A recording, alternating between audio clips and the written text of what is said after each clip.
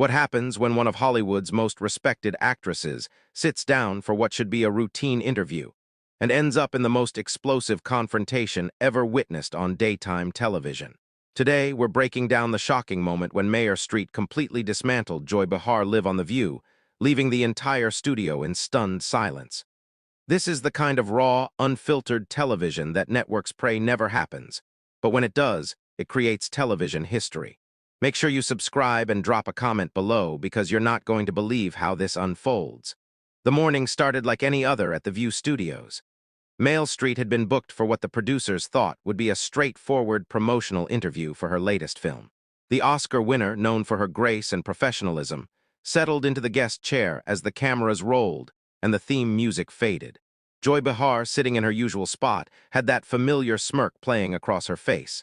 The one regular viewers know means she's preparing to stir the pot. "So, Meryl," Joy began, leaning forward with exaggerated interest, "tell us about this new movie of yours. I have to say, when I read the synopsis, I was wondering if Hollywood is just running out of original ideas these days." The other hosts, Whoopi Goldberg, Sarah Haynes, and the rest of the panel exchanged quick glances. It was an unusually sharp opening even for Joy, who was known for her blunt commentary. Meryl, however, maintained her composure, offering a polite smile. "Well, Joy, I think storytelling has always involved revisiting themes that resonate with human experience," Meryl replied diplomatically. "This particular film explores the complexity of family dynamics during times of crisis, which feels quite relevant given everything families have been through recently." Joy waved her hand dismissively. "Oh, please, Meryl, let's be honest here. You've made a career out of playing the same tortured woman over and over again. The crying, the dramatic speeches, the whole suffering artist routine.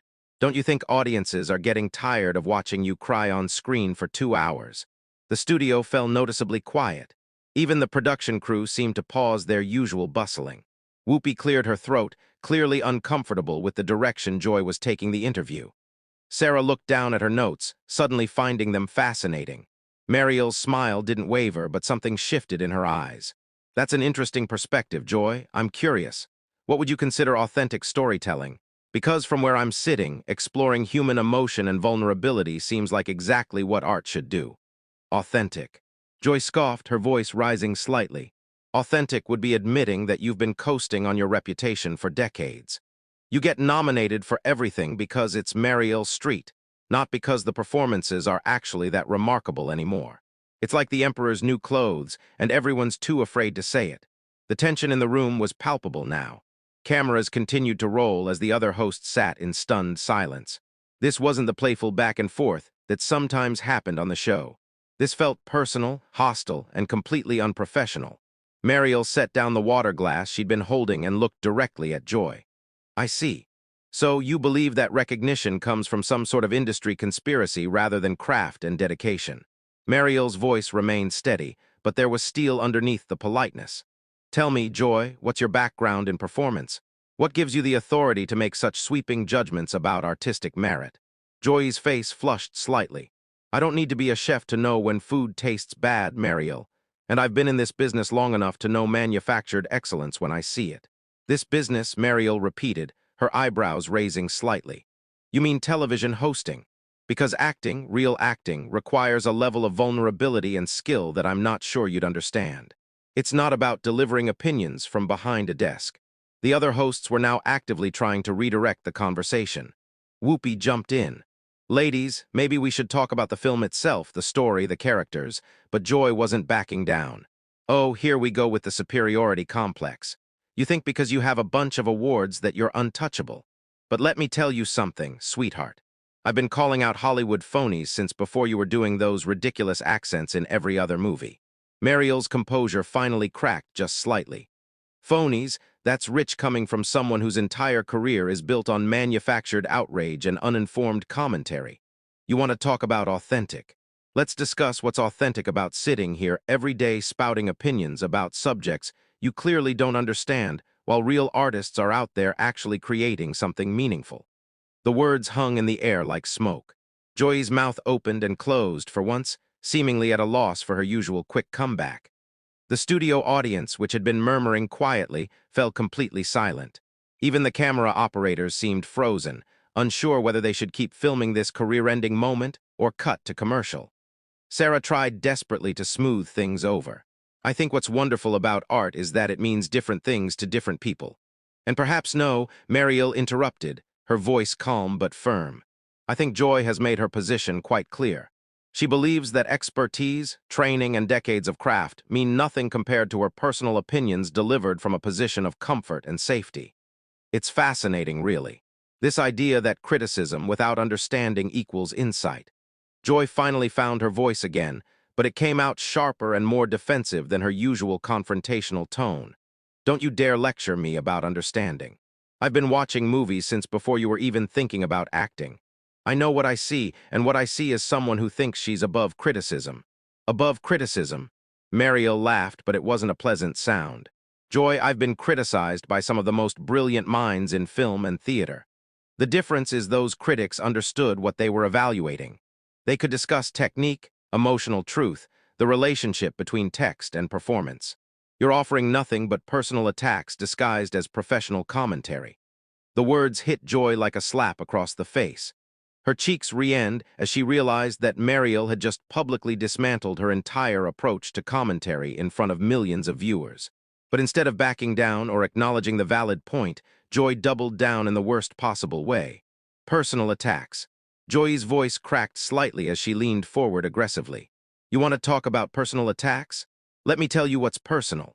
Watching someone like you parade around Hollywood for 40 years, acting like you're doing Shakespeare when half the time you're just putting on funny voices and calling it acting. You think you're Katharine Hepburn, but honey, you're not even close. The studio was now completely silent except for the hum of the cameras. Whoopi had her hand pressed to her forehead, clearly regretting every decision that led to this moment. Sarah looked like she wanted to crawl under the desk. The producers in the control room were frantically trying to decide whether this was a disaster or the most compelling television they'd ever captured. Meryl sat back in her chair, and for a moment, everyone thought she might take the high road and simply end the interview. Instead, she folded her hands in her lap and spoke with the kind of quiet intensity that made everyone lean forward to hear. Joy, I'm going to do something for you that clearly no one in your life has had the courage to do. I'm going to tell you the truth. Her voice was steady, but there was fire behind it. You have built a career on being deliberately inflammatory because actual insight requires work, study, and intellectual honesty. You confuse volume with authority and controversy with relevance. Joy's mouth fell open. How dare you? I'm not finished, Meryl continued, her voice cutting through Joy's protest like a knife. You want to compare me to Katharine Hepburn? Fine. Hepburn was fearless, intelligent, and never punched down. She challenged power, not artists trying to do meaningful work. You, on the other hand, have made a living out of cheap shots and surface-level observations. The difference between us isn't just talent, Joy. It's character. The silence that followed was deafening. Joy's face had gone from red to pale, and for the first time in her career on The View, she seemed genuinely speechless. The other hosts were frozen, unsure whether to intervene or let this play out to its inevitable conclusion. Finally, Joy found her voice, but it came out as a strangled whisper. You think you can come on my show and humiliate me? Your show? Meryl's eyebrows shot up. Joy, this is The View. It belongs to all of you, and more importantly to the viewers who tune in expecting thoughtful discussion, not petty attacks on guests. But since you brought up humiliation, let me ask you this. When was the last time you created anything? When did you last put yourself out there vulnerable and exposed for people to judge? Joy's voice grew shrill. I create conversation. I create dialogue. I ask the tough questions that everyone else is afraid to ask. You create conflict. Meryl corrected firmly. There's a difference between tough questions and cheap attacks. A tough question about my work might be about my process, my choices, the themes I'm drawn to. Instead, you opened with insults disguised as observations. That's not journalism, Joy. That's not even good entertainment. It's just cruel. Whoopi finally attempted to regain control. Ladies, I think we need to take a breath here and maybe. But Joy wasn't done. The humiliation of being called out so publicly had pushed her past the point of rational thought. You know what, Meryl? You want to talk about cruel? Cruel is watching someone your age still trying to play Anjanus in movies. Cruel is pretending that every performance you give is some kind of masterpiece, when we can all see you're just doing the same thing over and over with different costumes. The attack was so personal and vicious that even the camera operators looked uncomfortable. Sarah actually gasped audibly. Whoopi shook her head in disbelief, but Meryl, instead of rising to the bait, did something unexpected. She smiled. "Thank you, Joy," she said quietly. "You've just proven my point better than I ever could have." She turned to look directly into the camera, addressing the audience at home. "Ladies and gentlemen, what you're witnessing right now is what happens when someone is confronted with their own limitations. Instead of self-reflection or professional discourse, we get personal attacks about age and appearance." Joy realized she had walked directly into a trap of her own making. "I didn't mean." "Oh, but you did mean it." Meryl interrupted, turning back to face her. "And that tells us everything we need to know about your character and your qualifications to judge anyone else's work. You think attacking a woman's age is clever commentary. You think ageism disguised as criticism makes you edgy and relevant." Joy was now visibly flustered, her usual confidence completely shattered. "I've been doing this longer then." "Longer doesn't mean better, Joy," Meryl said firmly. "It just means you've been making the same mistakes for a longer period of time.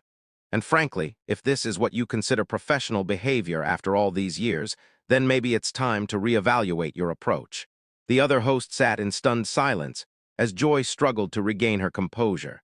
Her face was flushed, her hands were shaking slightly, and for the first time since she'd joined The View, she looked genuinely vulnerable. But instead of evoking sympathy, her previous attacks had burned any goodwill she might have received. Sarah made one more desperate attempt to salvage the interview. "Perhaps we could talk about the message of your film, Meryl, and how it relates to current." "Actually," Meryl said, standing up from her chair, "I think we've covered quite enough for today. Joy has made it clear that she's more interested in personal attacks than professional discussion, and I don't see any point in continuing this conversation." Joy's voice came out as a croak. "You can't just leave in the middle of an interview." Meryl paused and looked down at her with something that might have been pity. "Joy, you stopped conducting an interview the moment you decided to make this personal. What we have now is just you embarrassing yourself on national television while I try to maintain some semblance of dignity for both of us." The studio was so quiet you could hear the hum of the air conditioning. Meryl stood there poised and dignified while Joy sat slumped in her chair, the reality of what had just transpired beginning to sink in. The other hosts looked like they were witnessing a car accident in slow motion, unable to look away, but desperately wishing they could. Joy made one last desperate attempt to save face. "Fine, walk away. That's what people like you do when you can't handle real questions." Meryl paused, her hand on the back of her chair, and slowly turned around. The look in her eyes was pure steel. "Real questions, Joy? Let me show you what a real question looks like." She sat back down, but on the edge of her seat, leaning forward with laser focus. "Here's a real question for you. In all your years of television, can you name one instance where your confrontational approach actually led to meaningful insight or positive change?" Joy's mouth opened, but no words came out. The question hung in the air like a challenge that everyone knew she couldn't meet. "Here's another one," Meryl continued relentlessly. "Can you explain to your viewers why you think personal attacks constitute professional journalism? Because that would be genuinely educational for everyone watching." Whoopi tried to intervene again. "Meryl, maybe we should." "No, Whoopi," Meryl said firmly, never taking her eyes off Joy. Joy wanted real questions. These are real questions. They're about professional standards, about the responsibility that comes with having a platform, about the difference between challenging people and simply bullying them.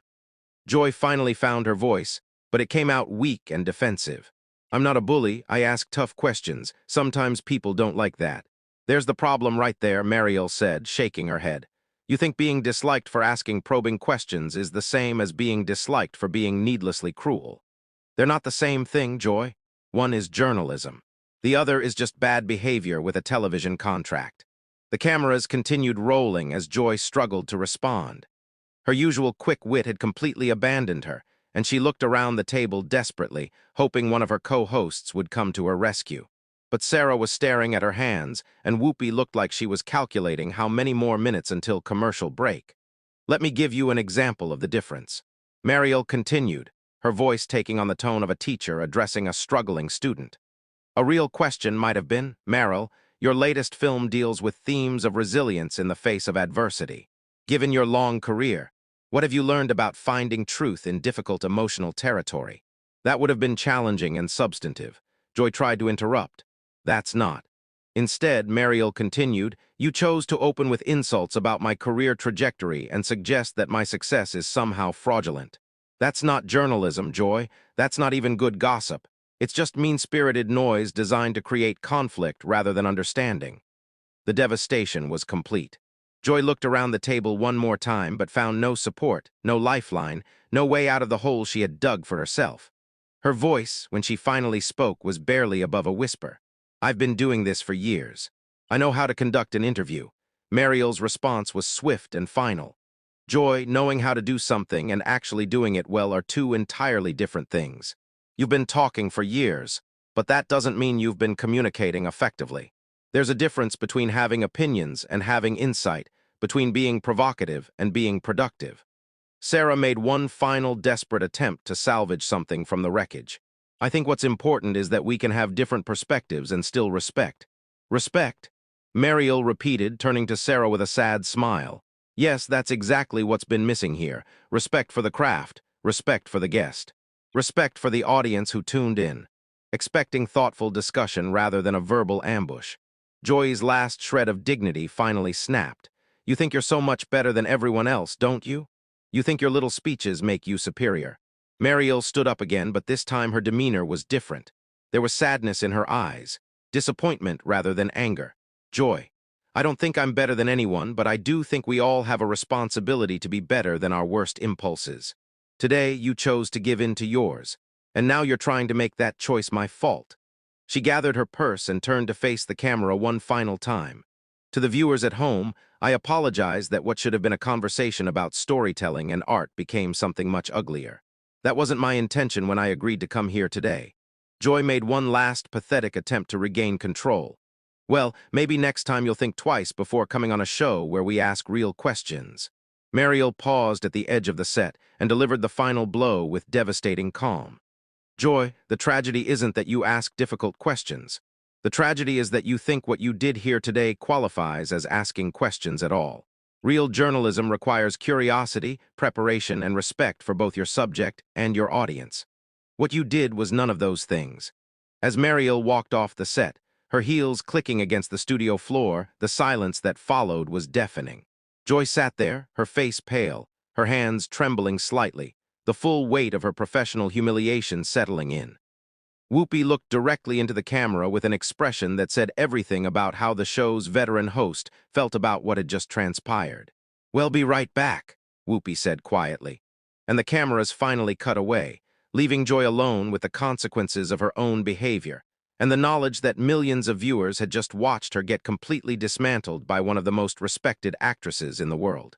The confrontation was over, but the impact would be felt long after the cameras stopped rolling. Joy Behar had picked a fight with Meryl Streep and lost in the most public and devastating way possible, proving that sometimes when you try to tear someone down, you end up revealing far more about yourself than about your target. What did you think about this absolutely explosive confrontation? Have you ever seen a guest completely dismantle a host like this before?